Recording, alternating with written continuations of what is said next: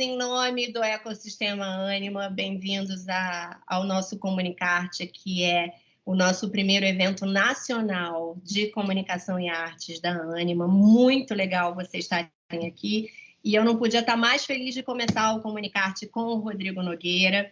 Lembrando, tá, que essa gravação, a gente está gravando o Comunicarte, os links com as gravações das palestras vão depois ficar disponíveis no nosso site. E vocês vão poder participar com perguntas ao Rodrigo pelo chat, viu? Eu vou ficar aqui monitorando o chat, fazendo a curadoria, prestando atenção no que vocês estão colocando, e aí, ao final, eu faço as perguntas para o Rodrigo, tá?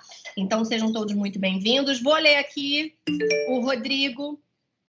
O Rodrigo Nogueira é roteirista de longa, de animação para Disney. Rodrigo trabalhou como roteirista para o estúdio de animação Blue Sky e acaba de escrever um longa-metragem de animação para Disney Plus. No Brasil, o Rodrigo já escreveu mais de 20 peças teatrais, entre elas os musicais Chacrinha, ao lado do Pedro Bial, e Rock em Rio. Ele teve 3 indicações ao Prêmio Shell como melhor autor e 4 ao Prêmio APTR, o qual ganhou com o espetáculo Ponto de Fuga.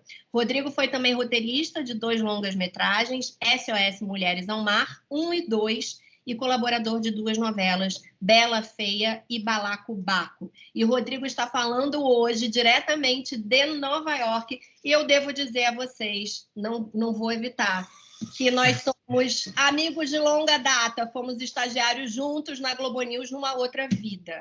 Rodrigo, seja bem-vindo à palavra. Obrigado. Foi nessa vida, Jaqueline, calma, foi nessa vida. Foi em outra vida que parece que faz muito tempo. Obrigado, gente. Eu fico morrendo de vergonha quando leio essas coisas, não vergonha só né, mas das coisas que eu fiz no passado, pelo amor de Deus. Olha só, mas não tem vergonha nenhuma. É o seguinte, eu moro aqui em Nova York, eu já dei esse toque, eu criei ele em inglês, né, e eu já dei ele em português algumas vezes, mas eu nunca dei ele para tanta gente assim. Então é a primeira vez que eu vou fazer isso. A primeira coisa que eu falo é que isso não é uma palestra, isso é uma conversa para as pessoas me interromperem com perguntas, que não é o caso. Aqui realmente é uma palestra.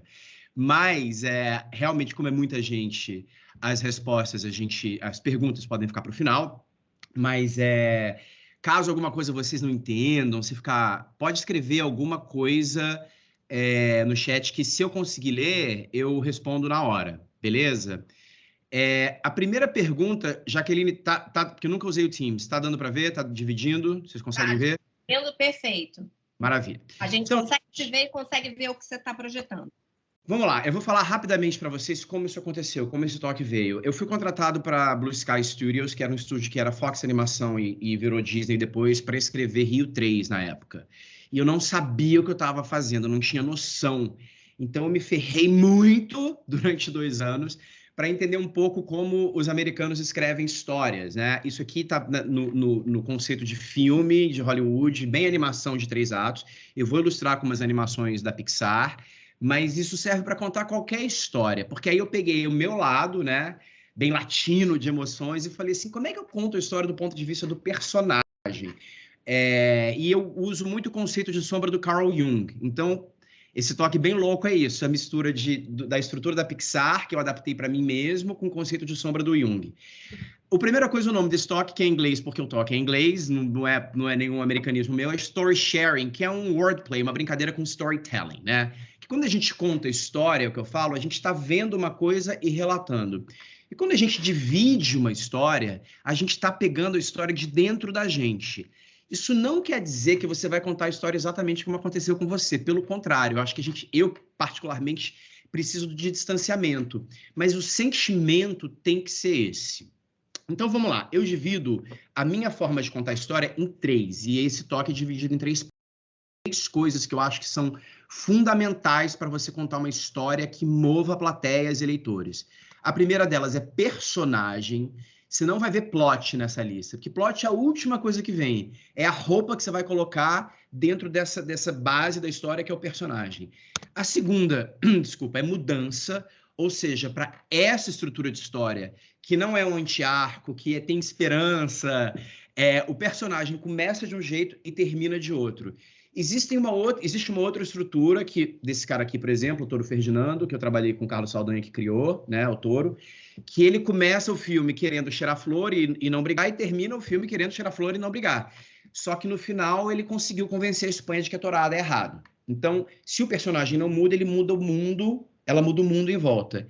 E a terceira, mais importante, cafona, é coração, que é o coração da sua história, que é exatamente aquilo que vem de você. Tá? O personagem e a mudança são todas estruturas, tudo inventado, mas o coração tem que ser seu. Para a gente poder ter uma base de história para eu contar tudo, né, para mostrar a estrutura, eu vou contar para vocês a minha história, que foi como eu criei essa forma de contar a história. Tudo que aconteceu aqui nessa história que eu vou contar rapidamente para vocês, aconteceu de verdade. Então, Rodrigo, né, sempre fui essa criança na primeira comunhão, como tem o termo brasileiro que eu adoro, a criança viada. Sempre fui isso. Sempre fui uma bichinha, sempre fui. Mas eu não sabia disso, né? E cresci numa família super conservadora, num país conservador nos anos 80. Então não tinha um dia da minha vida, quando eu lembro da minha infância, que eu não tenha escutado a palavra bicha ou viado.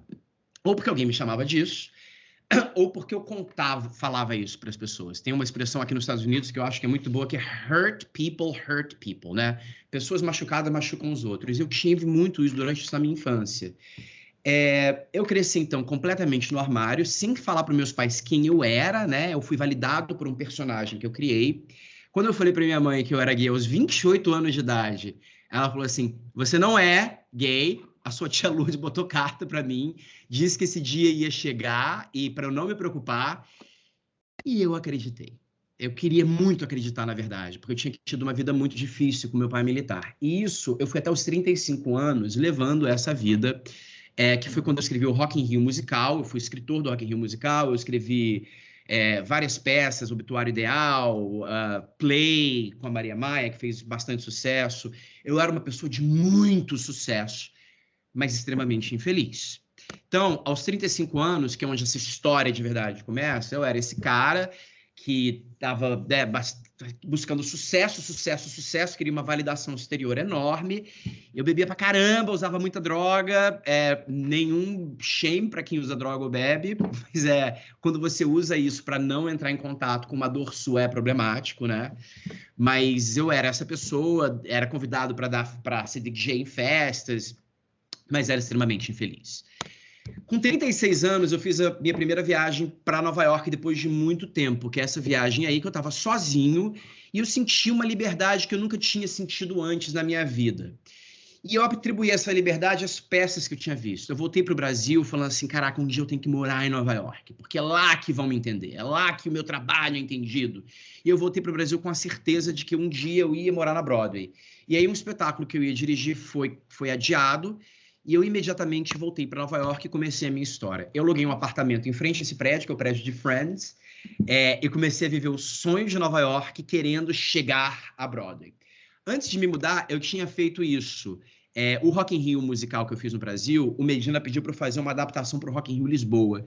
Então, eu escrevi e dirigi um musical que eu apresentei para 50 mil pessoas todos os dias, abrindo palco para Bruce Springsteen, Maroon 5, Queen.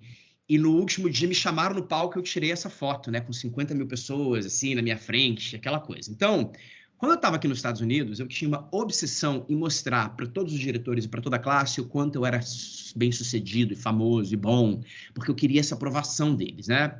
E eu andava com essa foto no meu celular, andava com foto do cenário de chacrinha, querendo impressionar todo mundo, e todo mundo cagou na minha cabeça. Então, eu fui dessa plateia para essa plateia. Eu não tinha mais o que fazer. Tinha um amigo meu que eu tinha feito que dava aula de teatro musical para crianças no Bronx. E eu passei a fazer isso para ganhar um dinheiro. E eu comecei a entrar em contato com o teatro de novo, que foi quando eu me descobri queer. Foi quando, com uns 20 e poucos anos de idade, a primeira vez que eu pude mais ou menos me aproximar de quem eu era de verdade. E aí, por conta disso, porque eu estava afastado, um dia eu voltei para o Brasil e eu decidi falar para o meu pai que eu era gay, que eu sou uma pessoa queer. E meu pai não morreu, minha mãe falou isso, não conta para o seu pai porque ele vai ter um ataque do coração, né? E meu pai não teve um ataque do coração.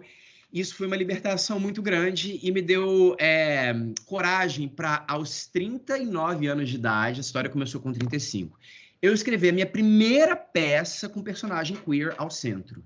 né? Ou seja, eu passei a maior parte da minha vida escrevendo só personagens heterossexuais e nunca consegui me refletir no palco. E aí eu fiz essa peça chamada Real, que teve uma repercussão boa num teatrinho aqui de Nova York. E o Carlos Saldanha, que é o criador do Rio e da Era do Gelo, ele viu essa peça e aí ele me chamou para fazer uma experiência na Blue Sky de um contrato de 2 semanas. Bom, nesse contrato de 2 semanas eu consegui ser contratado da Blue Sky e aí estava tudo certo. Eu ganhei o trabalho, eu aí na sala do Carlos fazendo um brainstorm, eu assim, pô, resolveu minha vida, né? Eu vim para cá mirando na Broadway e acertei em Hollywood, que a Blue Sky na época era aqui em Connecticut. Só que pouco depois, na verdade na semana que eu fui contratado para a Blue Sky, o meu pai morreu. E isso me jogou de volta num lugar muito grande, porque como eu não teria mais esse amor do meu pai, eu voltei a buscar essa tentativa desenfreada de validação externa, né? Então, eu na Blue Sky comecei a desenvolver uma ansiedade enorme, porque, cara, tipo assim, eu não sabia o que eu estava fazendo, né? Eu tinha acabado de entrar um brasileiro que falava inglês, mas nunca tinha escrito nada assim em inglês, a não ser as 2 peças. E tinha uma mulher que escreveu Mulan, escrevendo um outro projeto ali comigo. E eu falei assim, caraca, que desesperado, né? Precisava mais do que nunca provar que eu era capaz. Então eu me lembro que eu ia para as reuniões com o celular debaixo da mesa, porque se alguém falasse alguma coisa que eu não entendia ou que eu não conhecia, eu procurava rapidinho, porque eu tinha vergonha basicamente de ser latino, né? De ser essa pessoa que não era americana. E isso foi me causando uma ansiedade muito grande. E eu parei de beber, e eu parei de usar droga, e juntando com essas mudanças todas, eu comecei a entrar numa depressão. Eu me lembro que toda vez que eu ia fazer um pitch para o presidente do estúdio, eu me trancava no banheiro para chorar, e eu comecei a chegar num lugar que eu não sabia mais para onde ir. Eu já tinha parado de beber, eu já tinha amigos, estava tentando fazer tudo de bom, né, na minha vida. E teve um dia que eu cheguei para minha terapeuta e eu falei para ela assim, olha, porque aqui nos Estados Unidos, se você fala qualquer coisa que você pode fazer mal para si mesmo, eles podem ter uma intervenção. Então eu falei para minha terapeuta o seguinte, falei assim, olha só, fica tranquila que eu não vou me machucar, eu não vou criar nenhum mal contra mim, mas eu não gosto de viver a minha vida. Eu não gosto de ser quem eu sou. Eu não gosto, eu não consigo, não quero mais acordar todos os dias para ser eu. Foi muito difícil, foi o pior momento da minha vida. Eu realmente não sabia para onde ir, eu tinha perdido completamente a esperança de ter uma vida saudável e feliz. E eu comecei a tomar remédio para antidepressão, mas para antidepressivo, né? Remédio para depressão, mas aquilo não ia embora. Aí teve um dia que eu estava indo para ver um filme com um amigo meu, e eu saí do metrô aí na 66, e eu vi um cara, eu não sei se vocês têm essa noção, mas aqui nos Estados Unidos tem uma palavra que a gente nem fala, que chama N-word, que é um xingamento contra pessoas pretas. E eu vi um cara saindo do metrô e gritando essa palavra para um preto.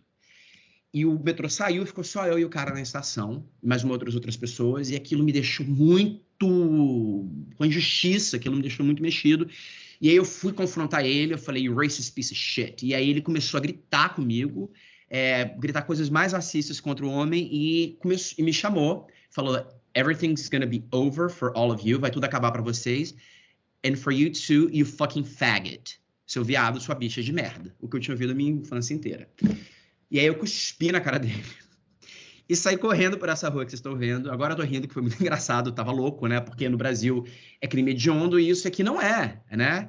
E aí eu fui gritando pelas ruas do Upper West Side, aquele homem é um racista, chamem a polícia. O cara chamou, eu corria dele, a ponto dele não me pegar, mas também de eu poder levar ele para a polícia, na minha cabeça, né? E aí, enfim, esse cara pegou um táxi, tentou ir atrás de mim. Ele falou, depois veio uma outra pessoa preta correndo na minha direção, falou, devolve a carteira do homem. Ele falou para um cara, uma outra pessoa que tinha roubado a carteira dele. Foi uma experiência horrível. E aquilo me deixou doente, de verdade. Eu fiquei doente no dia seguinte, vomitando, sem voz. E a minha terapeuta chegou e me falou uma coisa, olha, esse homem não pode tirar a sua queerness de você.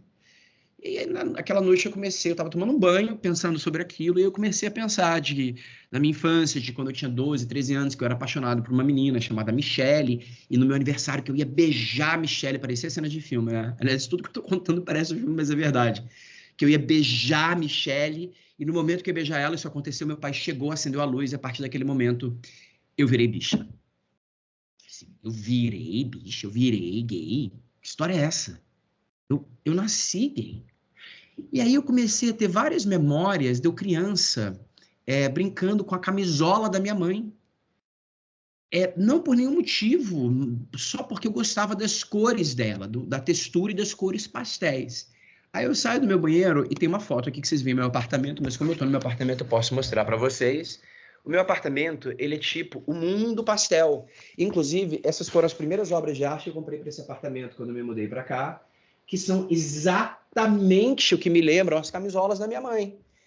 E aí eu percebi que eu estava contando para mim essa mentira de que meu pai tinha me feito gay e que eu sempre fui. Não porque eu tinha atração por homem, porque a criança queer eu acho que não tem atração ainda, não tem sexualidade. Mas eu sempre fui uma criança queer, uma criança fora da norma. Simplesmente porque eu gostava das cores pastéis da camisola da minha mãe. Tanto que eu reproduzi elas nesse meu apartamento. E aquilo me deu... E a ironia é que eu tenho a foto do meu pai e da minha mãe aqui, e eles estão em cores pastéis também. E aí, a partir disso, eu consegui uma libertação muito grande na minha vida. Eu escrevi uma história chamada Super Kind, que é a história de uma criança queer e o pai dele brasileiro. E eu fiz um pitch incrível para todos os estúdios de Hollywood. Fiz para Sony, para DreamWorks, para Illumination, para Laika. E todos eles disseram não.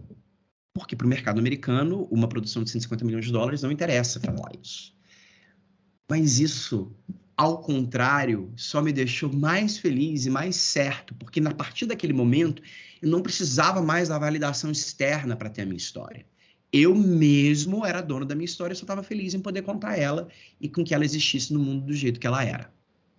Então, eu não virei uma pessoa, comecei essa história, né? Vamos recapitular. Tem personagem, que sou eu, a mudança, que eu comecei essa história como uma pessoa totalmente no armário, que bebia, usava droga e não tinha relação nenhuma com família, e virei o oposto disso, né? Hoje eu sou uma pessoa sóbria, ou como os americanos falam, Californian sober, uso cannabis, droga. Mudei muito, e essa história tem coração, porque aconteceu comigo. Agora, como é que a gente conta uma história? Vamos começar por coração, né? Que é a principal coisa. Que tenha coração, mas que não aconteceu com você. Você sabe já ouviram essa frase, né? Escreva sobre o que você sabe. Mentira. Babaquice. Se eu quiser escrever sobre o espaço sideral, eu não sei nada, eu vou no Google e eu vejo. Se eu quiser escrever uma história no mundo da fantasia, eu não sei nada, eu escrevo. Mas você tem que escrever sobre o que você sente. Os sentimentos que vão estar naquela história, que vão nortear o personagem, qualquer personagem, de qualquer história, você tem que ter. Como é que você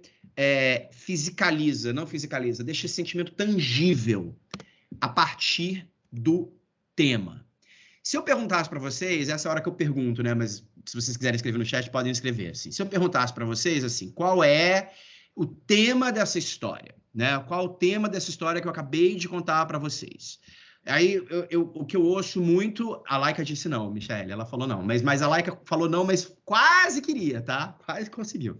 O tema da história é que muitas pessoas podem falar assim, autoconhecimento, encontrar alegria no caos, aceitação, sim, esses temas todos, descobertas, todos são temas, superação, mas o tema da forma como eu aprendi e como a Pixar faz, o tema é... Cadê, gente? Vira o slide aqui. O tema é uma frase clara e direta que reflita o resultado de uma mudança que você tenha vivido. Então, o tema da minha história é: a sua queerness é o seu maior poder. Ele tem que ser uma frase escrita da ordem direta, porque ela tem que ter um oposto claro, que é o antitema. Né? É a tese e a antítese. E qual é o antitema dessa história? O antitema, primeiro, é o direto oposto do tema, que reflete a sua crença antes dessa mudança, que foi como eu comecei a minha história. A sua queerness é a sua maior fraqueza, tá? Então, o que é o tema e o antitema da história? É simplesmente onde seu personagem começa no antitema. Eu comecei achando que a minha queerness era a minha maior fraqueza, e eu vou pro tema. A minha queerness é meu maior poder.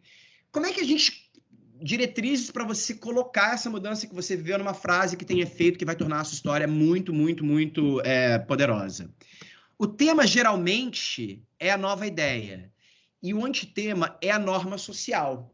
Por que isso é importante? Porque a sua história, se você fizer ela direito, ela vai mudar a ideia de todo mundo que está na sua plateia, ou de todo mundo que vai ler a sua história, ou de todo mundo que vai ouvir quando você está contando.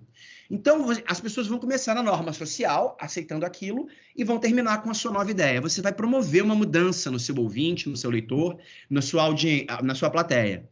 Então, a sua queerness, o seu maior poder, é uma ideia, porque a nossa sociedade essa é a sua maior fraqueza. Vou dar 3 exemplos de temas polêmicos, de novas ideias, que fizeram muito sucesso. Temos que nos desapegar de quem a gente ama. Esse é o tema, é onde o personagem chega. Porque o antitema é a norma social. A gente tem que apegar quem a gente ama. A gente tem que amar, a gente tem que segurar. Quem sabe qual é o tema disso aqui? Alguém chuta? De uma animação que fez muito sucesso. Alguém tem alguma ideia? Não? Isso aqui é de Toy Story, não. Vai chegar. Isso é de Procurando Nemo. Nós temos que nos desapegar de quem a gente ama. Que também eu acho que alguém falou Up, que é bem o tema de Up. Mas o Procurando Nemo é esse. Temos que nos desapegar de quem a gente ama. Porque ele ama o Nemo, o Marlin. E ele fica segurando ele. Em inglês é set them free. Ele, na verdade, ele tem que deixar o Marlin. E se vocês se lembrarem, ele começa não querendo deixar o Nemo ir para a escola, o Marlin, e termina falando, vai, Nemo, vai salvar a Dory naquela rede de pescador que tu nunca viu na vida e arriscar sua vida. Então, um puta arco. Outro tema polêmico. Esse aqui é mais fácil de descobrir. Ficar triste é tão bom quanto ficar feliz. Abre o Instagram que a gente vê que todo mundo vai contra isso, né? Todo mundo quer ficar feliz o tempo inteiro. Exatamente, divertidamente. Esse tema é tão perfeito, cara. É tão bom, porque esse aqui, ele nem se enquadra muito no toque, porque você não tem que criar um personagem com trauma, porque ela é a felicidade. E o terceiro tema, devemos sempre colocar a comunidade à frente de nós mesmos.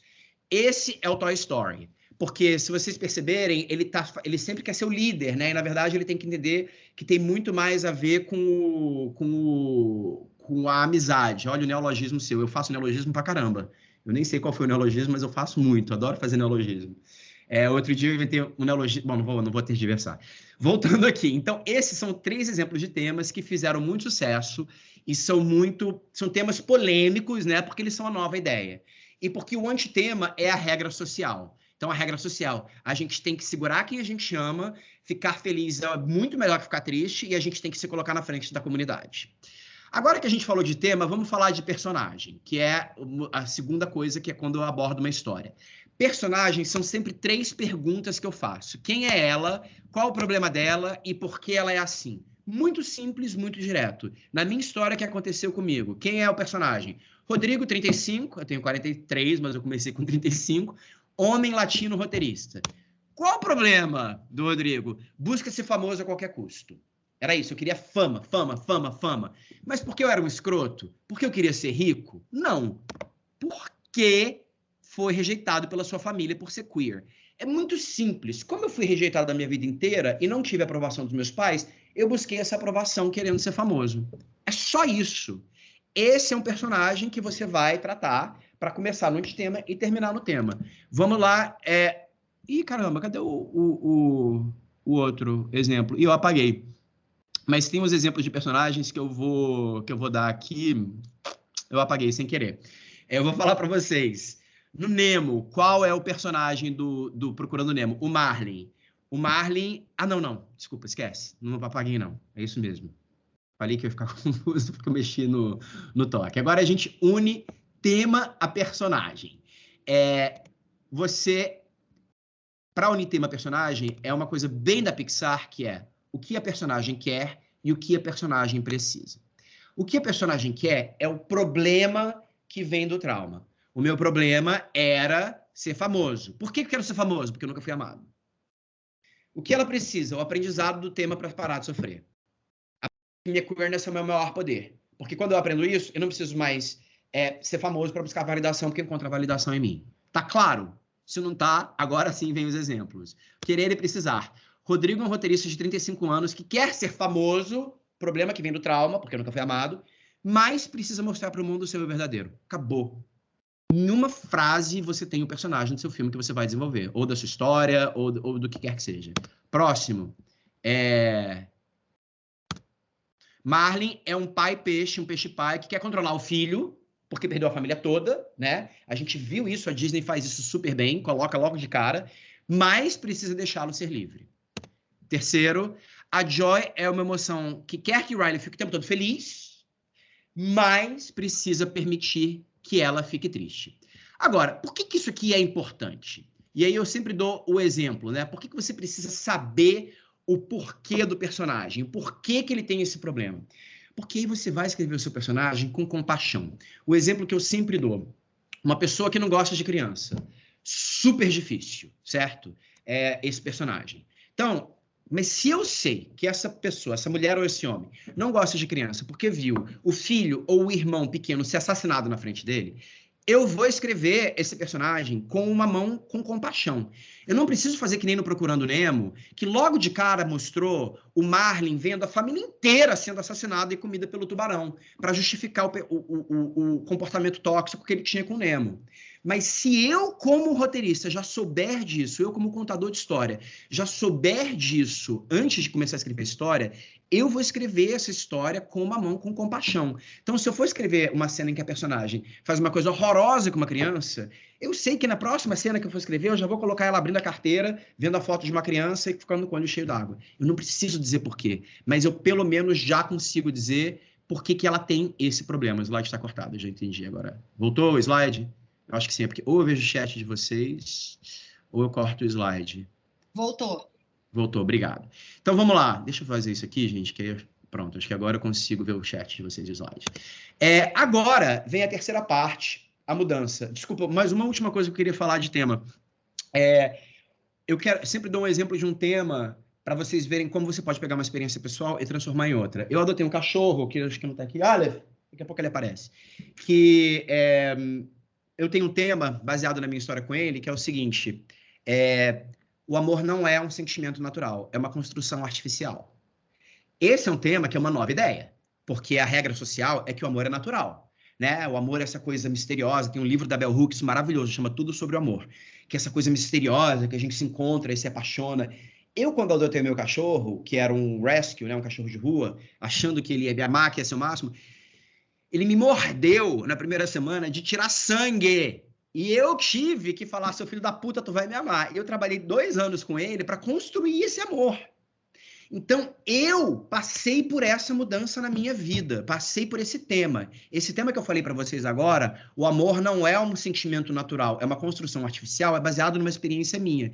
Eu posso pegar esse tema e aplicar ele a um cara que tem um filho, ou uma mãe que tem um filho que não gosta do filho, porque tem que construir.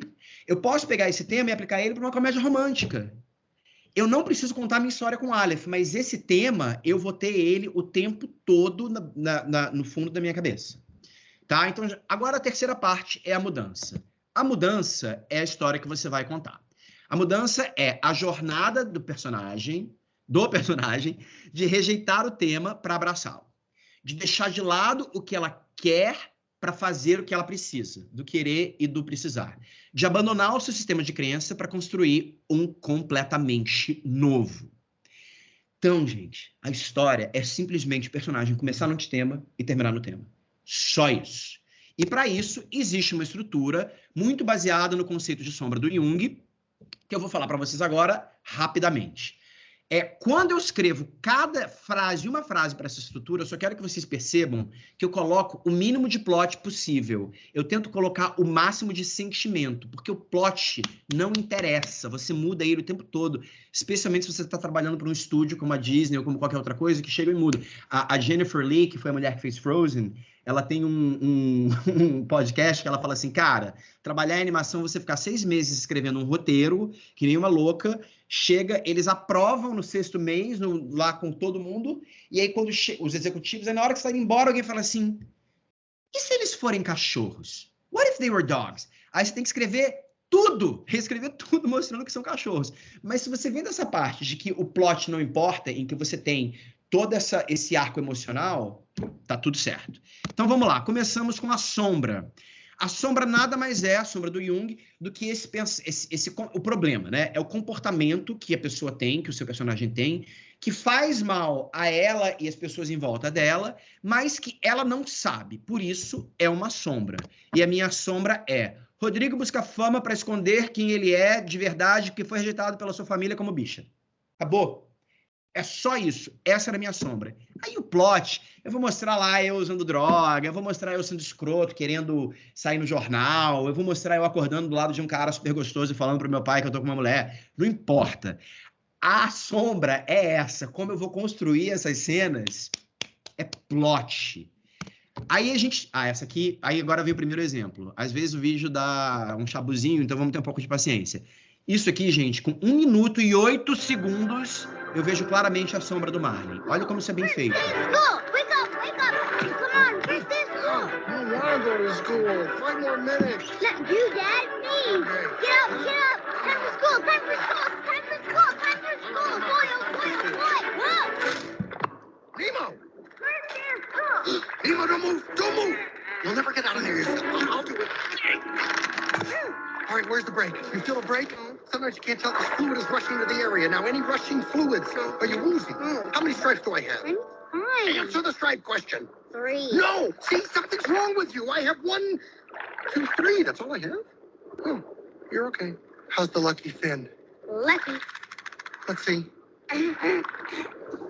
Are you sure you want to go to school this year? Because there's no problem if you don't. You can wait 5 or 6 years. Come on, Dad. It's time for school. Forgot to brush. Oh. Do you want this anemone to sting you?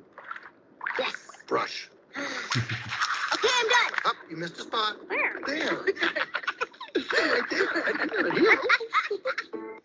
Então é isso, gente. 1 minuto e 8 segundos eu mostrei a sombra do Marlin. Agora, por que a gente compra? Porque a gente viu isso, a família toda do Marlin ser assassinada e só sobrar o Nemo. Mas se eu mostrasse essa cena, ele é um pai quase abusivo. Ele fala, não tem! Ele grita com o Nemo. Mas eu entendo que ele tem uma dor. Então eu vejo esse personagem com compaixão. Alguém falou aqui sobre Soul, se segue essa estrutura. Isso é uma coisa que eu esqueci de falar.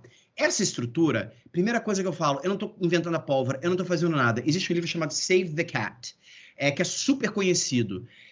Essa estrutura, ela é a mesma desde a Jornada do Herói, desde Save the Cat. O que eu estou fazendo aqui é porque eu criei uma estrutura minha.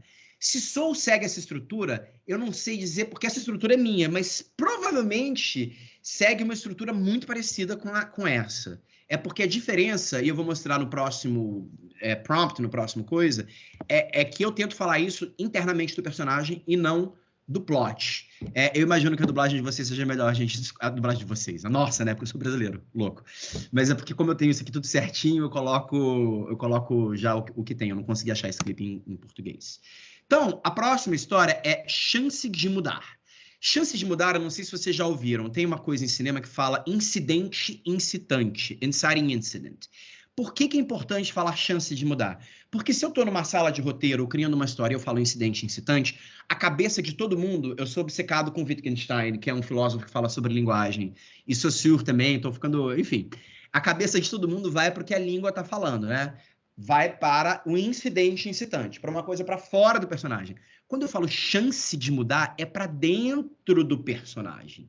É isso que importa com o incidente incitante. É a primeira vez que o personagem vai ser confrontado com o trauma que ela tem, de acordo com algum sentimento que ela teve. Qual foi a minha chance de mudar? Rodrigo viaja para Nova York e sente uma liberdade que nunca sentiu na vida. Foi isso. Por que eu senti tão livre quando eu estava sozinho em Nova York? Porque eu podia ser queer, sem medo das pessoas descobrirem e chegar até meu pai. O que eu achei? Negação. É o próximo passo, né? Eu achei que eu me senti livre porque eu acreditei que a liberdade que eu senti tem a ver com o trabalho e promete um dia viver em Nova York. Então, a chance de mudar é o primeiro momento que o seu personagem é confrontado com o misbehavior dele. A negação é o que a sua mente faz quando vem qualquer grande mudança. Não vou mudar porque eu preciso me manter do jeito que eu sou. Aí, depois que o personagem nega, ela aceita a jornada. Você, como roteirista, vai obrigar que ela embarque na jornada, que é o segundo ato de um filme, no filme de 3 atos. O que é importante, que é o maior problema que eu vejo quando eu vejo filmes ou histórias contadas que não prestam atenção nisso, é que o personagem embarca na jornada buscando o querer, não o precisar. O precisar é onde ela vai chegar, mas ela tem que embarcar na jornada com o querer. E o querer é o goal para manter o status quo dela, para proteger ela do trauma. Rodrigo decide se mudar para Nova York para viver sua verdadeira missão, fazer sucesso na Broadway. Eu queria fazer sucesso na Broadway porque eu acho que essa validação vai tapar o buraco do trauma que eu tive por não ser aceito pela minha família por ser queer.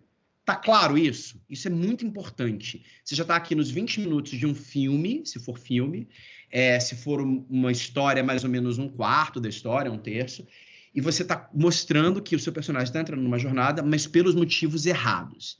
Aí, quando está na jornada, pelos motivos errados, a gente vai mostrar o nosso personagem fazendo escolhas erradas. Que numa comédia é a parte engraçada, que numa aventura é a parte emocionante. As minhas escolhas erradas Rodrigo insiste em ser visto como escritor de sucesso e é completamente ignorado pela indústria americana. Aqui eu podia fazer, eu me ferrando, mostrando foto do Chacrinha, aí o diretor americano falou assim, quem que é esse louco?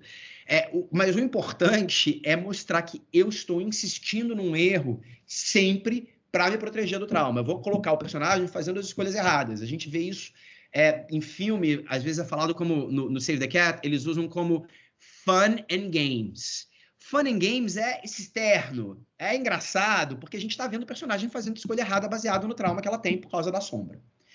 Depois de fazer tanta escolha errada, errada, a mente está pronta para falar assim, vou experimentar um jeito diferente. E aí você coloca seu personagem, só precisa de uma escolha. Seu personagem faz a escolha certa. Rodrigo conta para seu pai que é gay e escreve a sua primeira peça com um personagem queer. Lembra que o tema, a gente está sempre escrevendo de acordo com o tema. O tema é a sua queerness é o seu maior poder.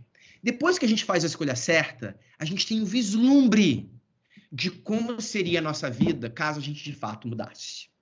Isso acontece na sua vida, aconteceu na minha e acontece na vida de todos os personagens. Eu vou mostrar um vislumbre excelente aqui, que para mim é o melhor.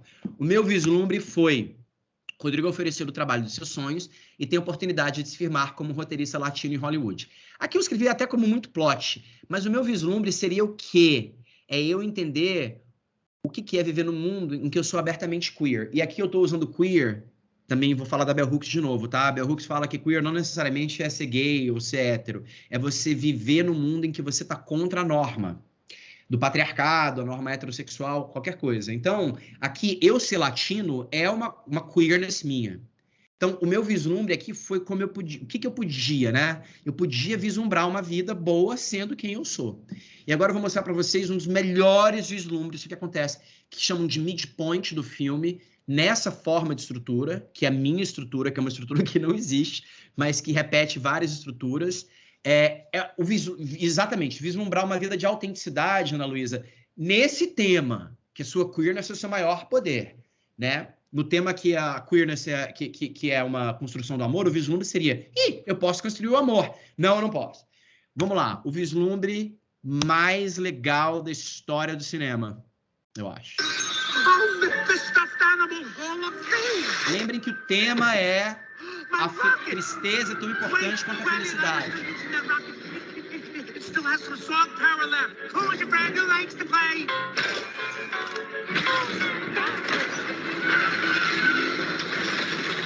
No! You can't take my rocket to the mountain. Riley and I are going to the moon.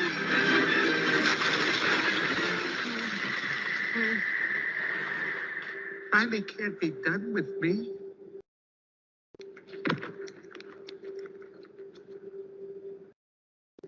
Hey, it's gonna be okay. We can fix this. We just need to get back to headquarters. Which way to the train station?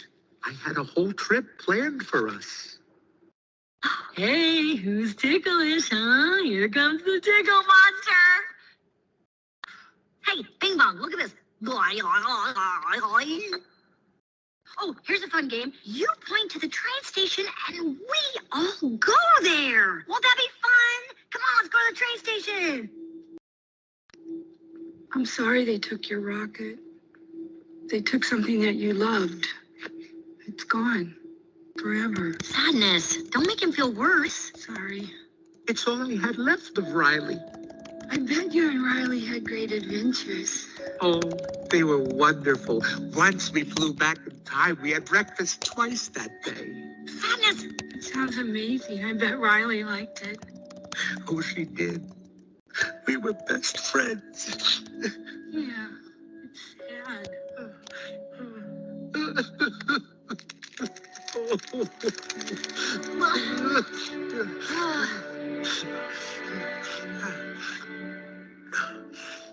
I'm okay now. Come on. The train station is this way.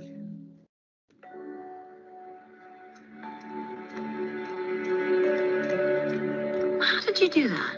I don't know. He was sad, so I Aí listened corta. to what... Hey, there's the train. Vocês viram? Esse é o vislumbre dela. Vocês perceberam? Tá no olho dela. Vocês estão vendo que eu tô jogando contra vocês? Espera até mostrar a última cena. Porque é bem triste. Vocês veem no olho dela. Ela quase vê. Ela fala, caraca, como é que você fez isso? Ela tem um vislumbre de como poderia ser a vida dela, com muito menos sofrimento, porque ela sofre. Ela tá o tempo todo tentando deixar a Riley feliz. Ela não pode perder controle. Ela tá o tempo todo ali. Então, ela tem um vislumbre. Como é que você fez isso? De como seria a vida dela se ela conseguisse mudar. Agora, por que... Isso aqui é o midpoint, que é um pouquinho depois da metade do filme. Por que a gente não para? Por que a gente não deixa ela mudar aqui? Por dois motivos. Primeiro, que senão o filme não ia ter fim. Ia parar no meio. E segundo, porque senão não muda. Isso é psicologia barata, assim. A gente só muda quando a gente chega no fundo do poço. E se a gente não chega no fundo do poço, a gente não muda.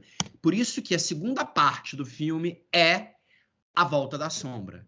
Porque é esse mesmo mecanismo. O seu cérebro, a sua mente, teve um vislumbre de mudança.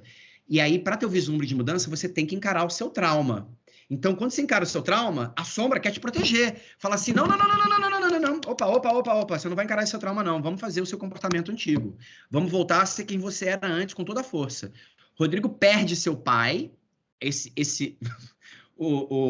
A roteirista da minha vida fez perfeitamente. Perde seu pai. E acredita que precisa esconder suas fraquezas como escritor latino-americano. Ele começa a desenvolver ansiedade. Vamos lá. Se alguém conhece Save the Cat, tem uma coisa chamada Bad Guys Close In.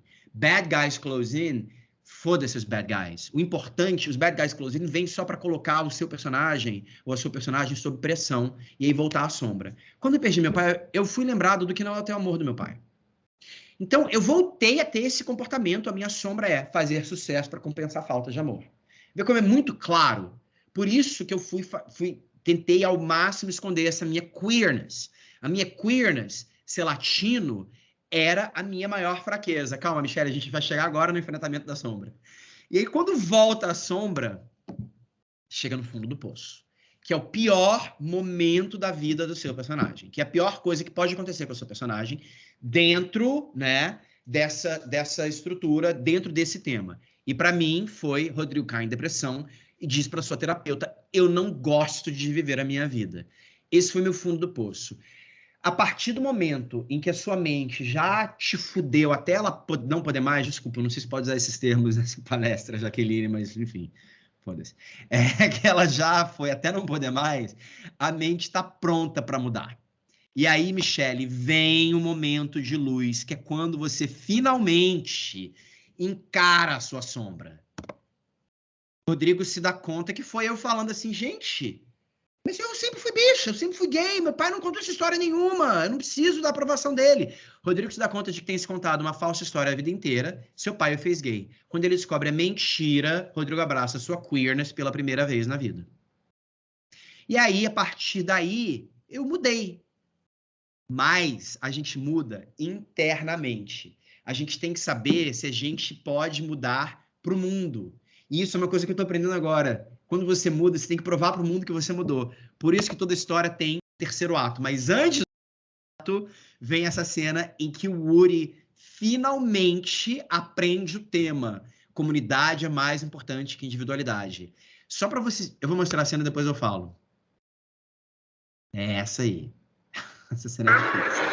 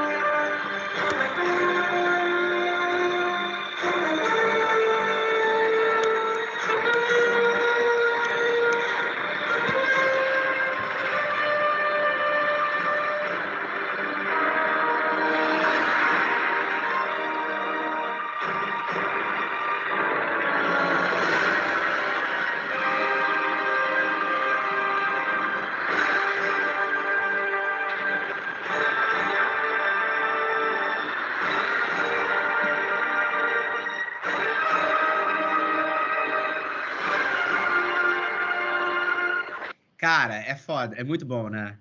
Vocês entenderam o que aconteceu?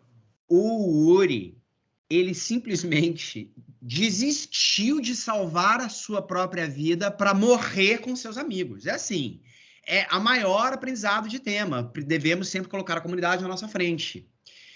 Só para vocês terem uma ideia de como é difícil fazer essas coisas. O primeiro tratamento desse roteiro demorou 2 anos para ser feito. No Rio 3, quando eu estava na Blue Sky, eu fiquei 8 meses trabalhando no roteiro de Rio 3 sem escrever uma linha de roteiro. Só debatendo ele na sala com o Carlos e com os executivos.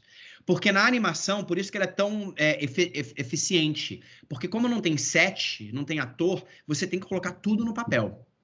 Então vamos lá. Aí sim a gente chega no terceiro ato do filme. Você tem que provar. Isso aqui não é o final do filme, ainda tem todo um terceiro ato, né? Você tem que provar que aprendeu. Você tem que provar pro mundo que você aprendeu. Rodrigo sai da depressão e escreve uma animação sobre a relação de uma criança queer com seu pai. Ai, muita saudade da Blue Sky também, depois a gente entra nisso. Aí, o terceiro ato do filme é essa prova, né? Só que tem o clímax, que é quando o mundo tenta falar, não, tu não mudou, não.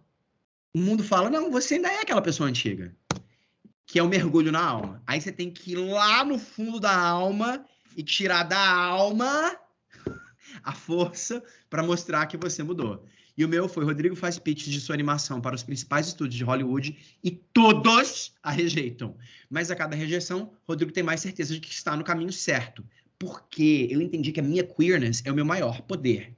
Então, esse poder está dentro de mim. Eu não precisava da validação externa. Se isso fosse fazer uma cena de um filme, eu ia fazer eu fazendo o pitch dessa animação, e aí o executivo ia falar assim, nós vamos fazer essa animação, eba, mas você precisa deixar a criança menos queer. E aí eu ia falar assim, não, virar as costas e sair andando. Entendeu? É isso, eu não preciso mais. E aí a última coisa é a mudança. Rodrigo assina um contrato com a Disney para escrever Rio 3 e torna a escrever histórias queer para crianças e ajudar os outros a contar as suas histórias, as principais missões de vida da sua vida. É basicamente isso, gente. Isso aqui é o arco. Então, por que é importante esse arco? Porque vocês veem que todo muda, não muda, muda, não muda, muda, não muda. No máximo vão ter 2 seguidos e aí tem 2 para recompensar. Então a gente começa com a sombra, aí tem a chance de mudar, aí a sua mente nega. Aí você embarca na jornada, mas você faz escolhas erradas. Escolha certa, tem o vislumbre, volta da sombra, vai para o fundo do poço. Aí você consegue fazer a luz, prova, mergulho na alma, mudou. O importante com isso aqui é que essa parte aqui tem que ser mais abaixo do que essa parte aqui, tá? Mas é basicamente isso. É o que eu sempre falo. Essa não é uma estrutura. Essa é a minha estrutura, tá? Eu encorajo vocês. Como é que eu paro de dividir tela? Parei de dividir tela? Não sei. Eu encorajo vocês a criarem a estrutura de vocês. É isso. É basicamente isso. Vamos lá, Rodrigo. Tá me ouvindo? Tô te ouvindo. Então, tá bem. Eu coletei aqui, quer ver? A Giovana Araújo escreveu em um dado momento. Eu acho muito mais interessante ir deixando o trauma se mostrar aos poucos ao longo da narrativa. Aí ela perguntou, a sombra pode ser um sentimento ao invés de um acontecimento em si? Então, eu vi essa resposta, eu respondi rapidamente no chat, mas eu acho bom falar. Você tem toda a razão, tá? É muito mais... É isso. No Procurando Nemo, a gente mostra porque é para criança, então às vezes você quer mostrar de cara, mas o ideal é isso, é você deixar isso mostrando na narrativa, e aí entrando mais assim, profundo, você faz uma pequena revelação ali no glimpse, no midpoint, e você faz a revelação maior quando você bota a luz. Agora, a sombra, não é que ela é um sentimento ou um acontecimento, ela é um comportamento. Ela é um comportamento, é uma forma de vida que você tem que tá te machucando e tá machucando os outros. Entendeu? Então, a minha sombra era isso, eu precisava ser famoso. E aí eu ficava me machucando, porque eu queria a qualquer custo ser famoso. Mas, na verdade, eu só precisava aceitar minha queerness para parar de buscar essa validação fora de mim. A sombra do Marlin é controlar o filho a qualquer custo, porque ele está tentando evitar a perda. Mas, na verdade, ele só precisa ter confiança de que aquele trauma não vai existir mais, porque ele já passou. E deixar o Nemo ir para a escola. É isso. Boa. Aí, Rodrigo, tem aqui, a Beatriz Souza também perguntou ao longo da sua palestra, o personagem necessariamente não tem nenhuma noção dessa sombra? Necessariamente, porque senão ele fica escroto. Se o personagem sabe que ele tem um problema, entendeu? Porra, aí vai se tratar. Se ele não tá se tratando, que a gente quer que o personagem não se trate, porque a gente quer fazer com que ele muda, entendeu? Ele não tem noção. É um pouco isso, assim, ou ele... Cara, aí a gente entra, né, numa coisa psicológica muito forte. Ou ela tem noção, mas não consegue, sabe? Assim, é mais forte do que ela. Mas o ideal, numa forma simples, é que não tenha noção mesmo. Boa. Rafael perguntou aqui, como um roteirista iniciante conquista seu espaço na cena brasileira atualmente, principalmente falando do mercado de animação? Cara, eu não conheço muito o mercado de animação do Brasil. Eu vou te falar minha história, que sempre me ajudou, foi o teatro. Teatro, para mim, porque o teatro é a única coisa que você consegue fazer com pouco dinheiro, chegar, escrever, produzir, fazer com que as pessoas vejam o seu trabalho. Então, a dica que eu dou para todo mundo é vai para o teatro, que o teatro não te falha. Boa, Rodrigo. Agora, eu queria que você contasse um pouquinho para eles, tá? Resumidamente, até por conta do tempo, mas a sua trajetória, porque o Rodrigo, ele se formou jornalista, inclusive a gente fez a mesma faculdade, e o Rodrigo contou numa outra palestra que ele recorreu ao jornalismo muito para ter dinheiro. Conta um pouquinho rapidamente, Rodrigo. Foi exatamente isso, assim, eu fui para o jornalismo porque eu era tão conservador na minha cabeça que eu falei assim, eu vou viver de quê? E tem um livro da autora que escreveu Comer, Rezar e Amar, A Grande Magia, uma coisa assim, que é muito legal, que ela fala sobre o processo criativo, e ela fala isso, não coloque no seu sonho de escrever história a peixe de ter que ganhar dinheiro. Então eu fui fazer jornalismo para isso. E o jornalismo me ajudou muito, porque eu tinha que escrever rapidamente, né? Eu tinha que aprender a escrever muito rápido. E me ajudou muito também, porque a primeira vez que eu fui estagiário do Globo, que eu saí com uma jornalista, no Globo a gente era estagiário, a gente escrevia história e o jornalista escrevia dele, né? E a história do jornalista era publicada e a nossa não. Cara, quando eu vi a diferença entre a história do jornalista, em que milhões de pessoas iam ler aquilo como se fosse verdade, eu vi a minha, eu cheguei à grande conclusão de que tudo é ficção. E aí eu falei assim, eu quero escrever ficção. Então me ajudou muito.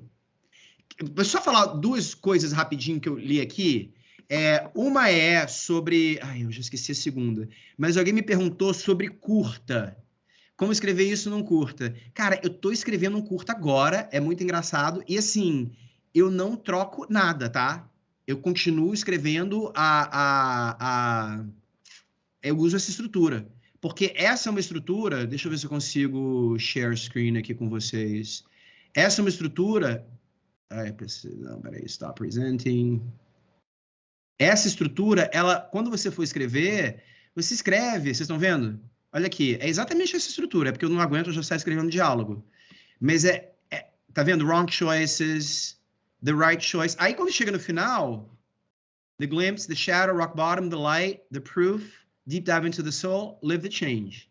Mas é um curta e é a mesma estrutura. Então, assim, para escrever curta, é isso. É isso. Adaptar o curta. Tá. Mais perguntas? Pode mandar mais perguntas se tiver aí. Aqui a Michelle perguntando se você pode recomendar mais leituras. Como futura jornalista, é ótimo ter mais perspectivas sobre a comunicação e o processo criativo.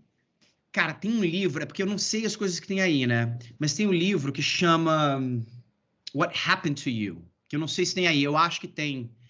O que aconteceu com você, que é uma entrevista da Oprah Winfrey com um psiquiatra, que ela fala assim, nunca pergunte para alguém o que tem de errado com você, what's wrong with you, pergunta what happened to you, porque todo mundo aconteceu alguma coisa, e aí eu penso, assim, independentemente da orientação política de cada um, mas eu sempre penso no Trump, no Bolsonaro, nessas pessoas que para mim me causam muito mal, e que elas não nasceram desse jeito, entendeu? Elas nasceram como crianças, e alguma coisa aconteceu na vida delas que deixou com que elas tivessem esse trauma. E aí elas têm esse comportamento. Então, esse livro é muito legal para mim. Eu acho... O Save the Cat é um livro que eu odeio, mas que eu acho super importante ler, porque ele fala sobre estrutura, apesar de eu não concordar com a estrutura dele, ele dá uma ideia de como é uma estrutura. E aí eu pude criar a minha. E eu acho que é isso, gente. Eu acho que, assim, basicamente, para mim, livros de psicologia que mostram como todo mundo realmente tem um trauma para mim é muito isso, assim, é você ter clareza por que seu personagem, o que aconteceu na vida dela, que tem um trauma, por que ela age desse jeito e por que ela tem que mudar. Essa pergunta do João, no caso de uma série de longa duração, Fatores como Sombra, Veludo, pode ser dividida em temporadas? Pode. Série é um outro bicho, tá? Mas isso tudo que eu coloquei seria o arco de uma temporada. E aí, geralmente, o episódio 3 ou 4 é o midpoint, entendeu? Por que o penúltimo episódio da série geralmente é o mais assim que acontece tudo? Porque é quando chega no fundo do poço, sabe? O último episódio nem é tão legal, né? A gente viu o penúltimo episódio porque ele é aquela última parte ali, né? É o final do segundo ato. Que é esse momento que a gente viu o Uri, por exemplo. Então isso teria acontecido no... Enfim, mas a série é um outro bicho, é uma outra coisa. Mas isso seria mais ou menos a temporada da série. Boa. Rodrigo, tem outras perguntas, mas infelizmente a gente não tem tempo. Se você quer deixar seu e-mail aí no chat, não sei... Posso deixar meu e-mail. Eu não tenho mais rede social, graças a Deus. Eu saí do Instagram faz 2 semanas, foi a melhor coisa que eu fiz. rodrigo@gmail.com. Às vezes eu demoro para responder, mas eu tento responder. Rodrigo, vou pedir para a Thaís mandar para você essa pergunta. A Thaís falou aqui, a Jaque fez essa pergunta numa aula. Olha as minhas perguntas em aula, Rodrigo. O que é ficção e o que é realidade? Tá vendo? O que é ficção e o que é realidade? Não vai dar. Espera, que tem uma resposta perfeita para isso. Tá bom, então dá essa resposta. Eu acho que existem 2 realidades. Uma realidade que é inefável, que eu medito tudo pra caralho, eu medito tipo 2 horas por dia. Uma realidade que é inefável, que é quando você entende que a teoria de campo quântico mostra muito bem isso, que todas as subpartículas são unidas estão num campo só, que é quando a gente entende que a gente é uma coisa só, e a realidade aparente, que é a linguagem. Essa realidade aparente da linguagem é toda ficção. Toda. Porque ela, como Einstein postulou, a relatividade é uma forma de pensar. Ele até falou que a matemática estragou a relatividade. É tudo relativo, então a minha realidade, a minha, nunca vai ser igual à sua. Quando você bota isso na sua cabeça, você entende que é tudo ficção. Até quando alguém te sacaneia muito, cara, do ponto de vista dessa pessoa, ela não te sacaneou. Então a história que você está contando para você mesmo é que ela está te sacaneando. Se você é muito bom em contar história, como Jung fala, a vida acontece dentro de você. Ela acontece quando você dá significado para os eventos que são fora de você. Se você é muito bom em contar história, você consegue sempre criar uma história positiva para uma coisa negativa que está acontecendo na sua vida. E aí você cria a sua realidade, porque é tudo ficção. Foi um final maravilhoso. Agora fiquem com esse barulho aí. Rodrigo, muito, muito, muito obrigada. Obrigado a vocês, gente. Por você ter participado do Comunicarte. Gente, agora a gente vai ter uma outra palestra da Eleonora para falar de consumo e consumidor. Tem um outro link lá no site da palestra do Comunicarte. Tem o link, a gente vai para lá. Rodrigo. Beijos. E, galera, continuem escrevendo, continuem contando histórias. É muito legal. Continuem, não desistam, continuem escrevendo. Eu comecei a escrever com 28 anos. Então, continuem escrevendo.